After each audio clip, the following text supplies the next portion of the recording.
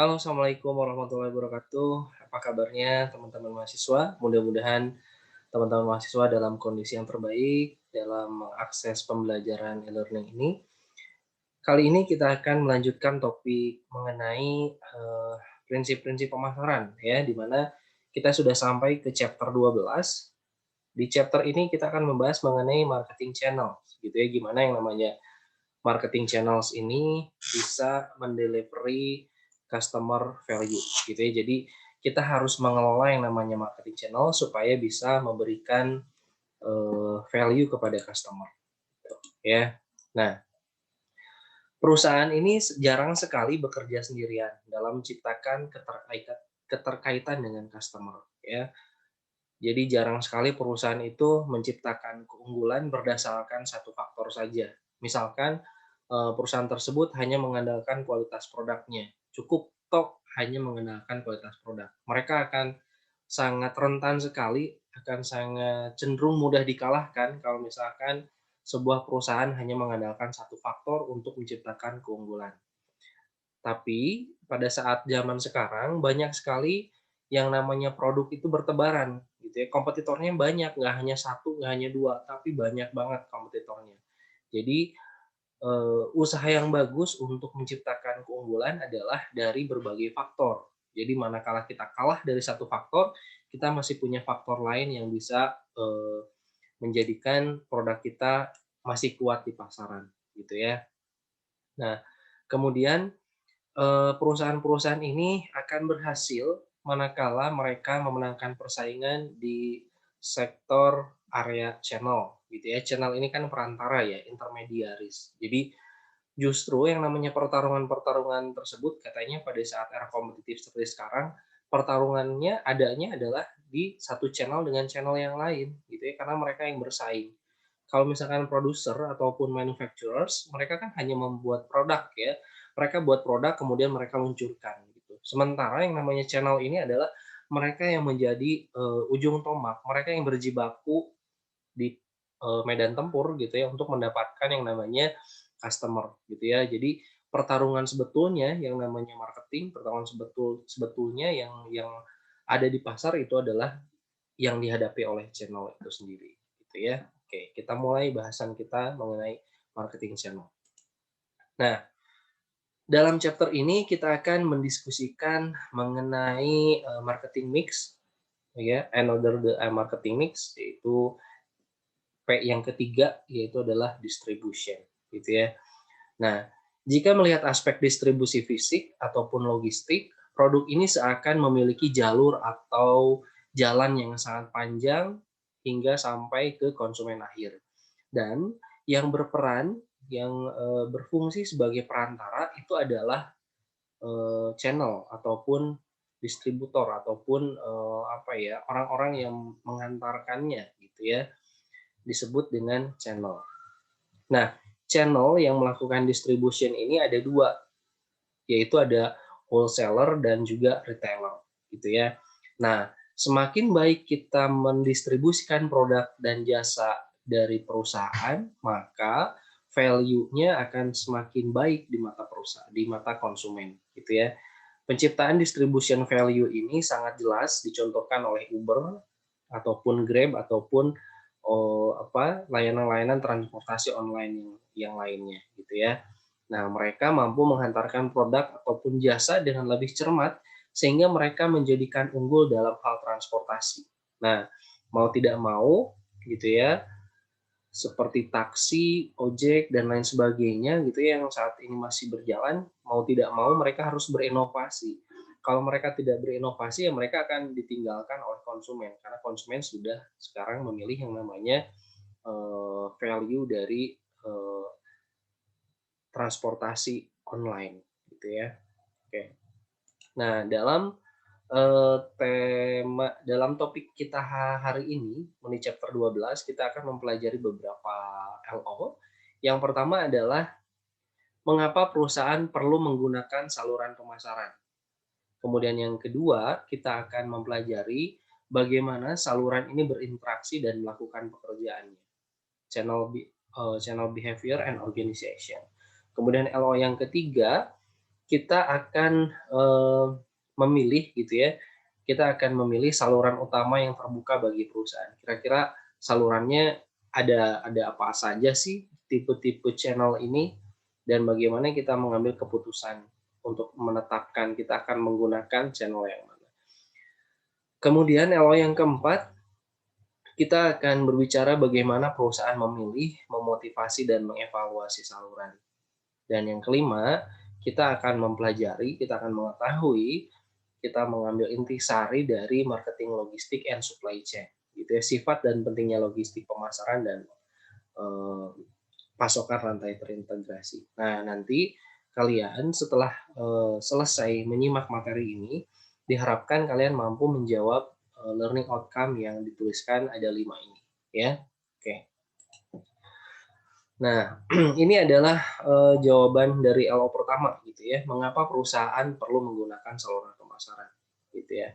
Sebetulnya ini bisa jadi sebuah pertanyaan besar yang menggait mengapa kita perlu mempelajari marketing channel ini gitu ya. Nah, dari pertanyaan guidance ini kita akan lari ke berbagai arah sehingga membentuk sebuah konsep pengetahuan tentang marketing channel gitu ya. Nah, yang akan kita bahas di slide ini adalah supply chain and value delivery network ya. A supply chain is a network between a company and its supplier to produce and distribute a specific product to the final buyer. The supply chain also represent the step it takes to get the product or service from its original state to the customer. Gitu ya.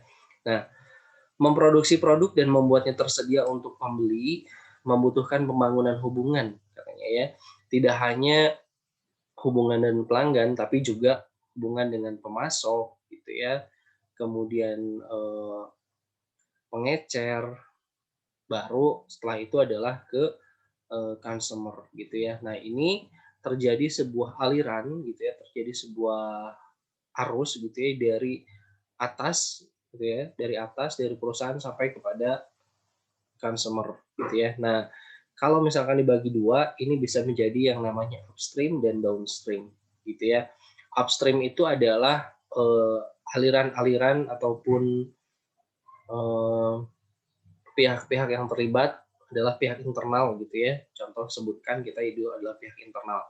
Itu adalah sekumpulan perusahaan yang memasok bahan mentah gitu ya, resources gitu ya.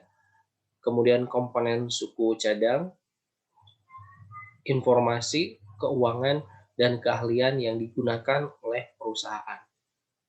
Nah, itu adalah upstream partners. Sementara yang disebut dengan downstream partners itu adalah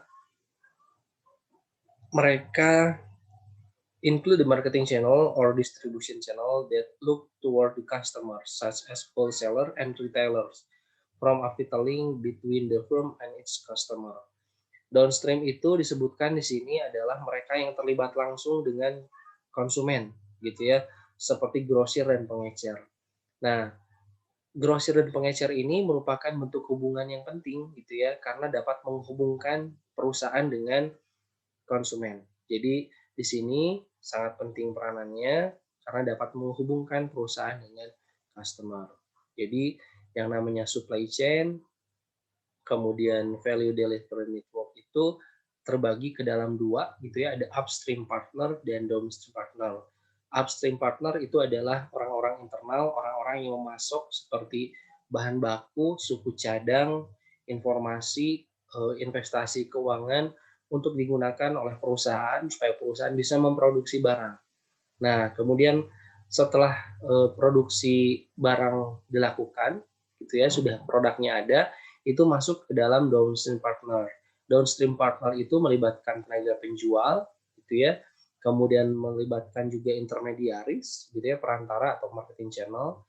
Itu nanti ada yang namanya retailers, ada juga yang namanya wholesalers. Baru setelah itu adalah yang namanya customer, gitu, ya.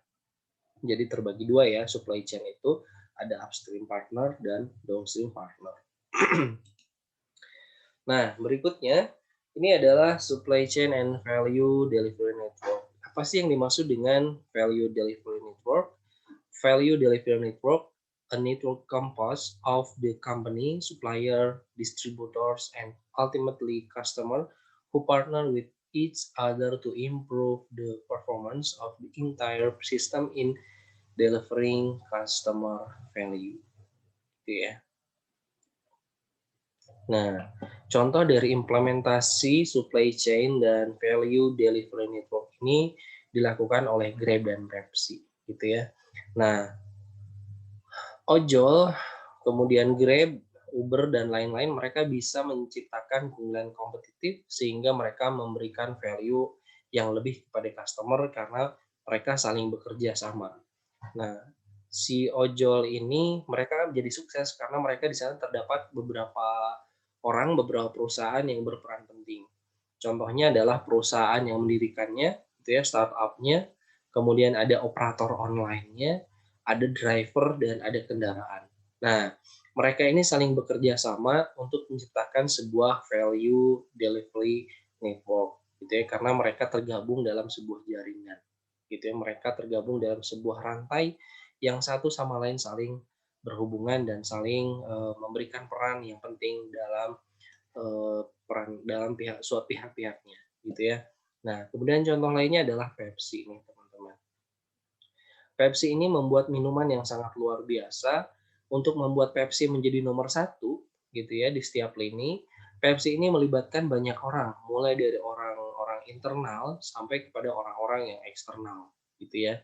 Nah, mereka saling bekerja sama untuk menciptakan Pepsi ini menjadi nomor satu. Nah, sementara value delivery network, jaringan yang tadi dari perusahaan, pemasok, distributor, dan pada akhirnya pelanggan yang bermitra satu sama lain untuk meningkatkan dan memberikan nilai bagi pelanggan. Nah, jadi yang namanya value delivery network itu akan berjalan ketika yang namanya perusahaan, supplier, distributor, kemudian intermediaris yang lain, dan sampai akhirnya pada customer, mereka mempunyai satu visi, gitu ya. Mereka saling bekerja sama. Oke, di sini customer butuh yang namanya company, tapi yang namanya customer dengan perusahaan tidak bisa berhubungan langsung. Mereka membutuhkan yang namanya intermediaris. Mereka butuh yang namanya distributor, mereka butuh yang namanya supplier. Jadi saling membutuhkan dan satu sama lain saling bekerja sama.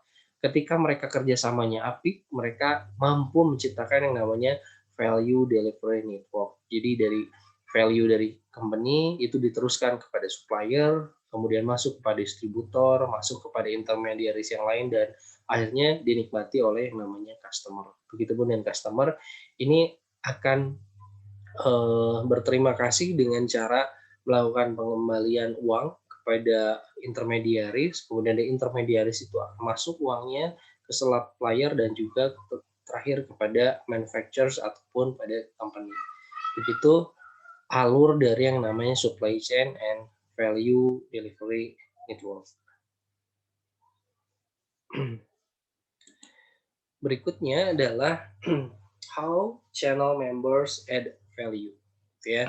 Nah, gambar ini memberikan sebuah kita pengertian bagaimana yang namanya channel ini bisa memberikan value, value bagi customer dan juga value bagi manufacturers, gitu ya.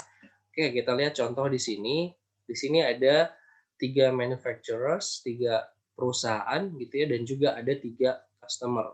Kalau mereka tidak menggunakan channel, gitu ya, mereka melakukan direct marketing, gitu ya, ini akan terjadi 9 ya, 9 kontak yang terjadi di sini. Karena di sini mereka berhubungan langsung. Perusahaan A, mereka menjangkau customer A, mereka ingin menjangkau customer B, mereka juga ingin menjangkau customer C. Mereka harus melakukan 3 kali kontak, gitu ya. 3 kali kontak. Begitupun manufacturers B, gitu ya. Manufacturers B ini karena customer segmennya ada 3, mereka perlu melakukan 3 kali kontak. Dan manufacturers C juga sama, karena mereka menyasar segmen yang sama. Ini ada 3 customer segmen, mereka juga 3 kali melakukan kontak. Itu adalah ketika sebuah perusahaan tidak menggunakan channels. Nah, sementara gambar yang sebelah kanan ini adalah digambarkan ada sebuah peran channel members. Ada peran dari yang namanya intermediaries ataupun penghubung. Ketika sebuah perusahaan ingin menjangkau 3 customer gitu ya, mereka hanya cukup melakukan 1 kali kontak kepada distributor. Kontak dari manufacturer A terhadap distributor, kemudian distributor akan menyampaikan informasi produknya ke customer A, customer B, customer C. Praktis gitu ya. Jadi masing-masing ini hanya melakukan 1 kali kontak untuk mendapatkan 3 customer segmen yang berbeda. Nah, di sana sudah jelas sekali gimana yang namanya channel ini dapat memberikan value added bagi perusahaan, gitu ya. Bisa value added-nya karena waktu misalkan lebih ringkas, lebih singkat, dan lebih praktis. Bisa dari segi keuangan misalkan, kalau tadi harus 3 kali kontak berarti mengeluarkan biaya sebesar 3 kali.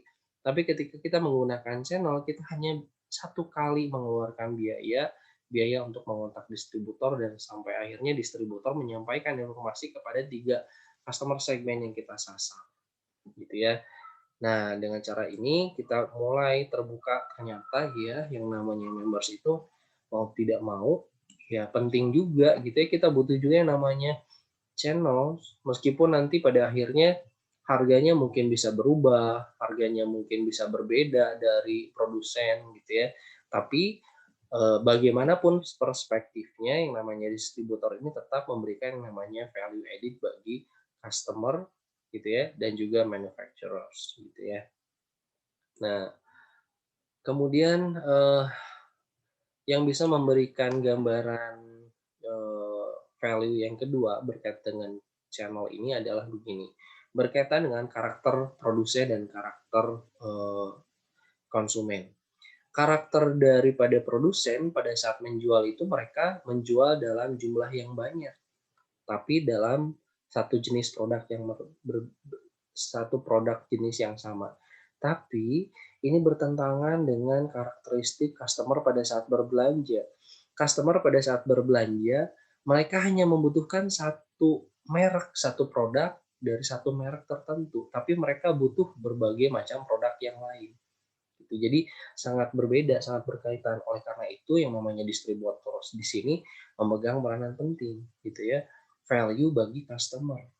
Kalau tadi misalkan value daripada manufacturer itu karena mereka hanya sekali ngontak dapatnya 3 sekaligus gitu ya, 1 kali umpan 3 ikan dapat. Nah sekarang value daripada customer.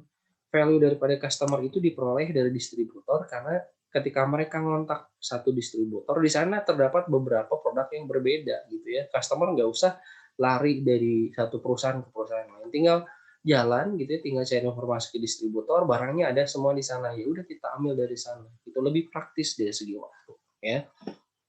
Nah, itu adalah bagaimana yang namanya member itu memberikan value bagi manufacturers ataupun value bagi customers gitu ya. Oke, berikutnya adalah number of channel levels. Nah, di sini dapat terlihat beberapa jenis, beberapa channel level yang terdiri dari membernya, berapa numbernya, berapa account-nya. Contohnya misalkan ini kita bedakan mana yang customer marketing channel dan mana yang namanya business marketing channel. Kalau customer marketing channel itu kan B2C ya, digunakan untuk dikonsumsi sendiri, tapi yang namanya B2B, business marketingnya, business to business-nya mereka beli barang untuk mereka jual lagi. Pada konsepnya sih sama gitu ya. Antara B2C dan B2B ini membutuhkan yang namanya channel. Sekarang jelas tadi yang namanya channel ataupun marketing intermediaries memberikan value yang cukup bagus. Nah, di sini disebutkan channelnya satu ataupun direct channels gitu ya, karena mereka tidak ada intermediaries, tidak ada perantara, sehingga mereka melakukan 1 kali kontak. Mereka ini disebut dengan channel satu, channelnya satu, number of level channelnya satu, karena 1 kali kontak. Nah, kemudian yang kedua, di sini ada intermediaries, ada yang namanya retailer. Nah, kalau misalkan di sini perantaranya hanya ada retailer, berarti number of channel levels-nya ada 2, channels-nya 2 gitu ya. Karena 2 kali kontak, 1 ke retailer, kemudian 2 dari retailer ke konsumen. Kemudian yang ketiga nih, number of channel levels-nya 3 karena ada 2 perantara. Karena ada 2 perantara berarti kita melakukan, panah 3 kali nih, dari produser ke wholesaler 1, dari wholesaler ke retailer 1, dan dari retailer ke konsumen 1.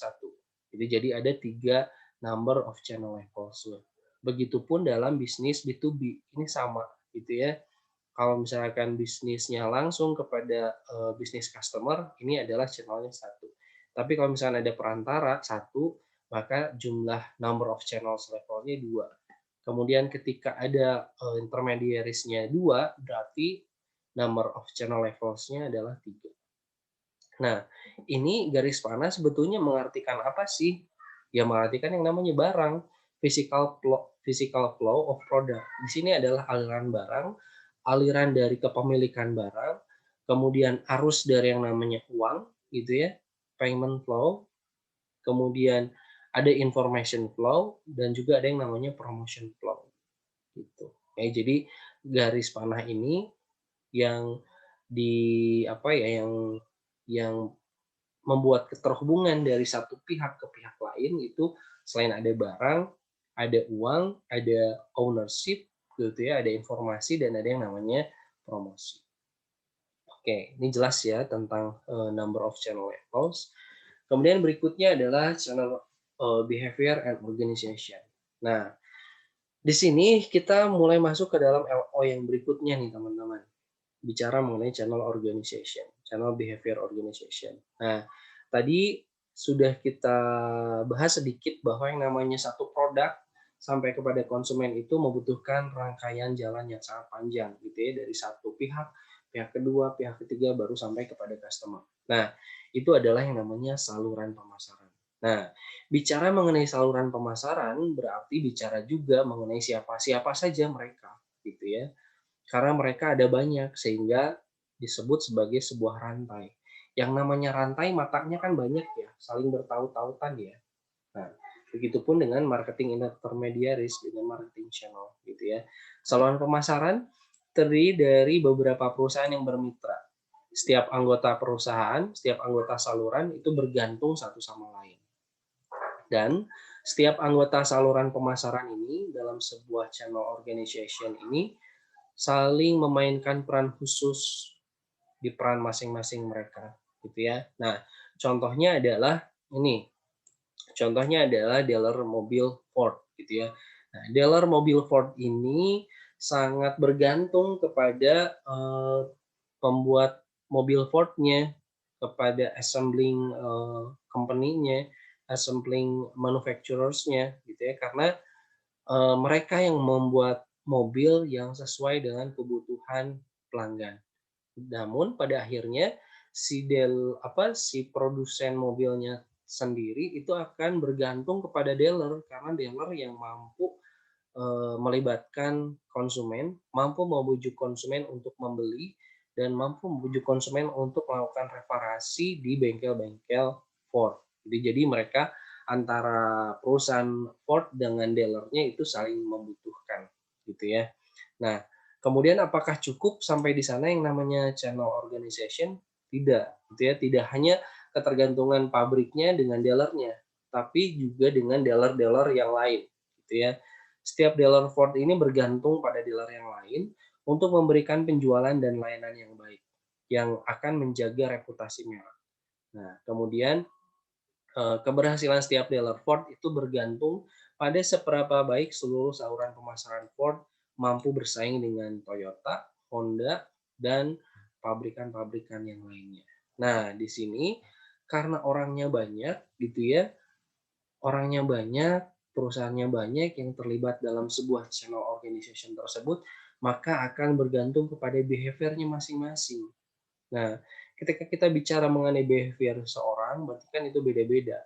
Nah, di sini yang membedakan mana channels yang bersifat positif, yang saling membangun, membentuk sebuah citra positif, dan mana channel yang mereka hanya bekerja untuk masing-masing. Nah, contohnya tadi yang disampaikan contoh melalui ilustrasi Ford itu menggunakan vertical marketing system, di mana mereka semua bekerja untuk sistem. satu sama lain mereka saling berperan, betul, tapi dengan perannya mereka, mereka mengeluarkan potensi maksimal mereka, sehingga akan membentuk sebuah citra positif dan membentuk sistem marketing. Beda lagi dengan misalkan tadi memang, yang namanya channel organization itu kan bentuknya banyak pihak ya gitu ya. Dari satu distributor, kemudian ada dealer A, dealer B, dealer C misalkan ya. Nah, antara satu dealer A dan dealer B ini misalkan mereka bersaing. Mereka menetapkan harga yang sama. Padahal mereka menjual produk yang sama, misalkan mereknya adalah merek Honda, tapi satu dealer dengan dealer lain menjual harganya beda. Nah, ini balik lagi kepada channel behavior-nya. Mereka perilakunya ingin seperti apa? Apakah membentuk sebuah sistem atau ingin mengambil keuntungan dalam posisi mereka sendiri? Meskipun sama gitu ya ngejual produk Honda, saya dealer A ini ngambil keuntungan yang lebih deh, harganya naikin misalkan. Nah, itu adalah conventional distribution system. Mereka hanya berpikiran terhadap eh, keuntungan mereka sebagai sebuah channel, bukan merupakan sebuah sistem gitu ya. Nah, ini kalau misalkan digambarkan adalah seperti ini. Ini adalah yang conventional marketing system di mana satu sama lain ini saling berkaitan dan dalam satu pihak itu mereka independen. Mereka bebas menetapkan keinginan mereka padahal mereka menjual produk yang sama. Sementara yang namanya vertical marketing system itu adalah seperti ini, produser, wholesaler, dan retailer itu berada dalam satu jenjang yang sama, satu level yang sama, sehingga ketika retailer kinerjanya bagus, mereka akan menguntungkan produser. Produser kinerja yang bagus akan menguntungkan retailer. Begitupun dengan wholesaler, gitu ya, karena yang mereka ciptakan itu adalah sistem, ya, sistem marketing vertikal, di mana satu orang, satu pihak berperan positif, artinya adalah dampak positif bagi pihak-pihak yang lain, begitu. Nah, selain vertical marketing system, ada juga yang disebut dengan horizontal marketing system, teman-teman. Nah, horizontal marketing system ini terjadi manakala ada sebuah atau dua buah perusahaan yang mereka join together, gitu ya, untuk mencapai sebuah peluang yang ada, gitu ya.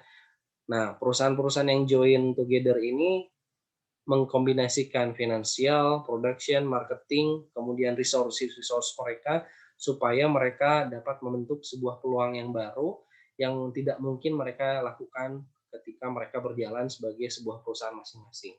Nah, contohnya adalah Walmart dengan non-kompetitornya adalah McDonald's. Nah, Walmart ini adalah superstore yang mereka bekerja sama dengan McDonald's. Nah, mereka bekerja sama karena segmen mereka misalkan sama, target market mereka sama. Mereka join misalkan dalam sebuah Walmart itu ada McD tempat makanannya. Jadi Walmart itu memberikan keuntungan kepada McDonald's dan McDonald's juga memberikan keuntungan kepada Walmart gitu ya. Orang-orang yang belanja di Walmart ketika lapar mereka akan ke McDonald's dan orang-orang yang ingin makan sambil berbelanja mereka bisa datang ke McDonald's kemudian ke Walmart gitu ya. Nah, di Indonesia contoh seperti ini dilakukan oleh S Hardware dan Chatime gitu ya. Di mana ada S Hardware di sana pasti ada Chatime. Mereka melakukan kolaborasi untuk melakukan yang namanya horizontal marketing system. Nah, kemudian ini adalah pilihan perusahaan gitu ya.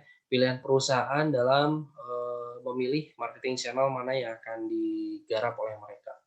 Di sini ada pilihan. Ada yang namanya multi channel distribution system gitu ya. Setelah tadi ada yang direct channel, kemudian vertical marketing system gitu ya. Nah, ini ada yang namanya multi channel. Nah, multi channel ini adalah channelnya beragam, multi, tidak hanya satu, tapi channelnya lain-lain. Segmennya pun beragam. Gitu. Jadi mereka yang menerapkan ini dalam sebuah kesatuan sistem, mereka mengambil konsep adalah multi-channel distribution system. Gitu ya. Occurs when a single firm set up two or more marketing channel to reach one or more customer segments. Gitu ya. Contohnya di sini dari produser ataupun manufacturers-nya, mereka melakukan yang namanya direct channel, direct marketing, gitu ya, melalui katalog, telepon, dan internet. Ini untuk customer segmen 1. Sementara untuk customer segmen 2, mereka melakukan yang namanya two channel distribution. Mereka menggunakan intermediaries, menggunakan retailers. Kemudian mereka juga merambah yang namanya business to business. Business to business ke bisnis segmen satu. Bisnis segmen satu ini mereka menggunakan yang namanya three channels distribution system. Mereka menggunakan dua intermediaries, menggunakan distributor dan dealers untuk menjangkau bisnis segmen yang pertama. Kemudian ada juga mereka merambah bisnis segmen yang kedua. Mereka sasar itu dengan melakukan yang namanya direct channel, menggunakan Salesforce. Nah, keuntungannya adalah increase sales and market coverage. Jadi dapat menumbuhkan sales, dapat meningkatkan sales dan menambah luas jaringan dari pasar, gitu ya. Market coverage-nya semakin luas. Kemudian keuntungan keduanya adalah new opportunities to tailor product and service to specific needs of diverse customer segments, gitu ya. Ada yang namanya opportunities baru untuk menciptakan sebuah produk. Nah, tantangannya adalah hard to control. Susah untuk dikontrol karena eh, pihak yang terlibat banyak, channel yang digunakan juga beragam. Dan yang paling riskan adalah dapat menciptakan channel konflik. Contohnya misalkan tadi ketika consumer segmennya sama, kemudian ada intermediarisnya. Intermediarisnya tadi misalkan mereka ingin independen, mereka ingin menetapkan keuntungan sendiri. Nah, di sana akan terjadi konflik. Meskipun kita sebagai produser menciptakan sebuah produk yang sama, tapi dijual harganya berbeda untuk segmen yang berbeda. Nah, itu tentu akan terjadi konflik di pasar dan akan mengkhawatirkan kita sebagai produser, gitu ya, ataupun sebagai manufacturers. Itu adalah multi-channel distribution system. Nah, kemudian channel design decision. Ketika kita ingin membuat sebuah keputusan, kita menggunakan channel atau tidak, kita akan menggunakan channelnya 2, 3, atau 4. Apa yang harus kita lakukan? Yang harus kita lakukan adalah 4 hal. Yang pertama adalah analyzing consumer needs. Kita harus menganalisis kebutuhan-kebutuhan consumer itu seperti apa. Kemudian yang kedua, kita harus menetapkan tujuan dari menggunakan channel itu apa. Kemudian yang ketiga adalah mengidentifikasi major channel alternatif channel yang umum yang biasanya menguntungkan, yang dapat menguntungkan untuk kita. Dan yang terakhir stepnya adalah evaluation. Oke, kita cek dulu yang pertama nih. Di analyzing consumer needs ini ada apa saja? Nah, dalam menganalisis kebutuhan konsumen mengenai apakah kita menggunakan channel atau tidak, yang pertama kali kita kaji adalah konsumen kita. Apakah konsumen kita membutuhkan membeli barang dengan jarak yang dekat? Apakah mereka menginginkan produknya dekat dengan mereka, atau mereka menginginkan produk kita dengan cara mereka berkeliling dulu, mereka belanja sambil jalan-jalan misalkan. Yang pertama ini adalah mereka butuh, karena sangat butuh, mereka membutuhkan tempat yang sangat dekat dengan kita. Atau produk kita kategorinya misalkan customer kita ingin jalan-jalan dulu baru belanja, misalkan seperti itu. Kemudian apakah customer-nya menginginkan belinya langsung kepada salesperson atau menggunakan telepon ataupun online? Kita harus analisis itu. Customer kita ingin menggunakan yang mana. Kemudian kita juga menganalisis apakah customer kita itu menginginkan tambahan-tambahan yang banyak, tambahan-tambahan yang luas, atau suplemen-suplemen produk yang lebih banyak, atau mereka memilih sesuatu yang spesialisasi. Mereka memilih sesuatu yang spesifik. Perlunya barang A ini deh, cukup, nggak perlu tambahan modifikasi ataupun peralatan-peralatan yang mampu maksimalkan produk, nggak perlu. Saya butuhnya adalah handphone, misalkan. Saya nggak butuh yang namanya headsetnya, saya nggak butuh yang namanya chargernya, karena udah punya. Nah, itu juga harus kita analisis. Kemudian kita juga analisis seberapa banyak, seberapa mungkin yang namanya customer kita itu menginginkan jasa layanan tambahan seperti pengiriman, jasa instalasi, jasa perbaikan. atau misalkan mereka tidak membutuhkan or will they obtain this service elsewhere gitu ya. Mereka memikirkan servis yang lain di lain tempat gitu ya. Mereka nggak perlu ada servis pada saat membeli, tapi mereka bisa menginginkan servis di tempat yang lain. Nah, dari analyzing customer needs ini kita mampu menentukan kita butuh berapa banyak sih channelnya, kita butuh channelnya yang seperti apa sih, mereka yang diangkat sebagai mitra dari perusahaan itu seperti apa. Nah, itu akan bergantung kepada analyzing customer needs. Kemudian step yang kedua dalam membuat channel decision itu adalah setting channel objective. Di sini kita harus menentukan gitu ya, target level customer service-nya bagaimana, kemudian segmen mana yang kita layani, kemudian channel mana yang menguntungkan untuk kita, kemudian meminimalisir biaya untuk memenuhi kebutuhan customer, kemudian hal-hal yang lain. Nah, setting channel objektif ini juga akan mampu merumuskan, mampu mengarahkan seperti apa channel yang kita butuhkan. Kemudian yang ketiga, ini adalah kita mengidentifikasi alternatif nih. Kita mengidentifikasi alternatif dari marketing channels. Apakah kita menggunakan intensif, apakah kita menggunakan eksklusif, apakah kita menggunakan selektif. Tuh.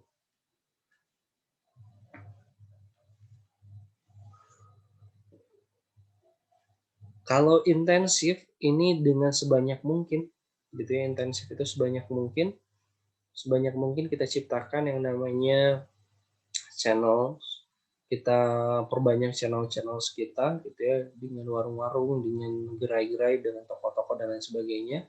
Kemudian yang kedua adalah eksklusif.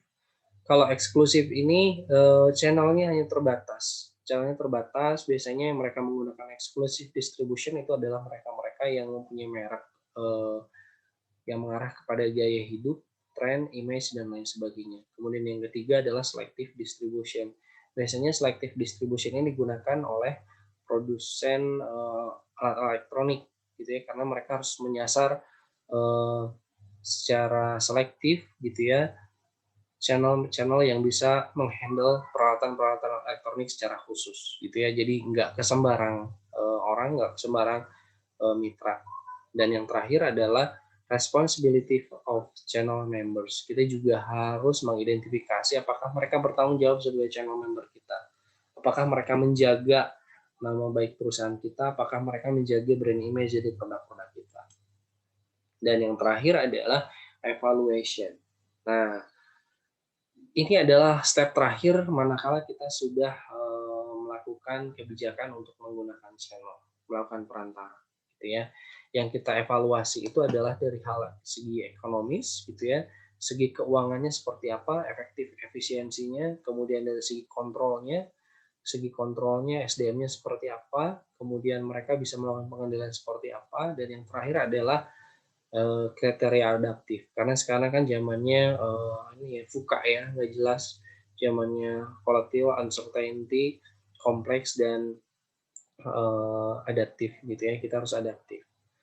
Kemudian ini adalah channel management decision gitu ya. Ketika kita sudah melakukan keputusan kita menggunakan channels gitu ya, maka yang harus kita lakukan itu adalah memilih channel-channel mana yang menguntungkan bagi kita. Setelah kita pilih channel yang menguntungkan yang bermitra dengan kita, maka selanjutnya adalah kita melakukan pengelolaan dan memberikan motivasi kepada channel-channel members kita.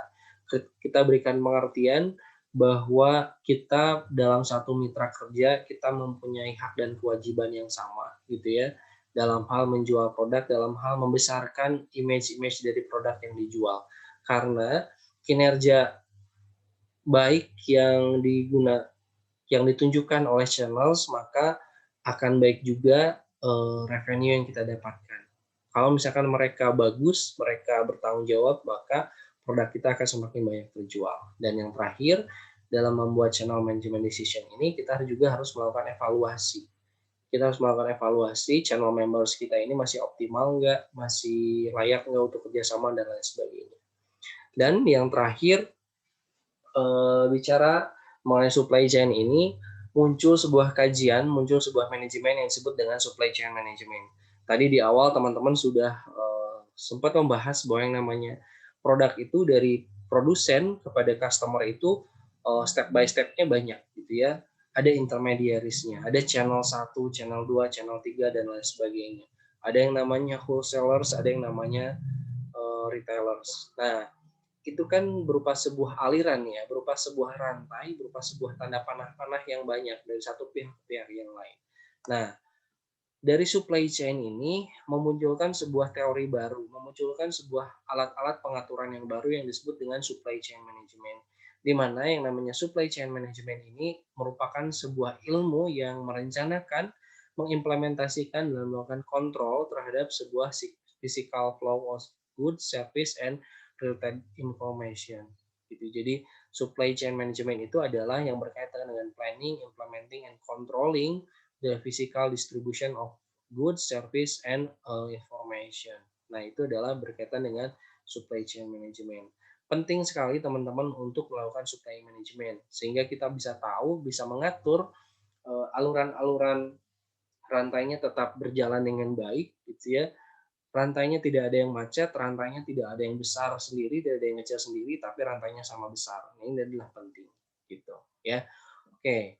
Jadi chapter 12 ini kita mempelajari mengenai supply chain, bisa kita juga sebut dengan mempelajari marketing intermediaries, bisa juga kita sebut sebagai uh, channel of distribution gitu ya, karena sangat penting sekali dalam marketing mempelajari hal ini. Karena konsumen ketika mengkonsumsi barang gitu ya, barang yang mereka konsumsi, barang itu sudah sampai kepada tangan sebelum mereka. Ada retailers, ada wholesalers, ada distributor dan lain sebagainya.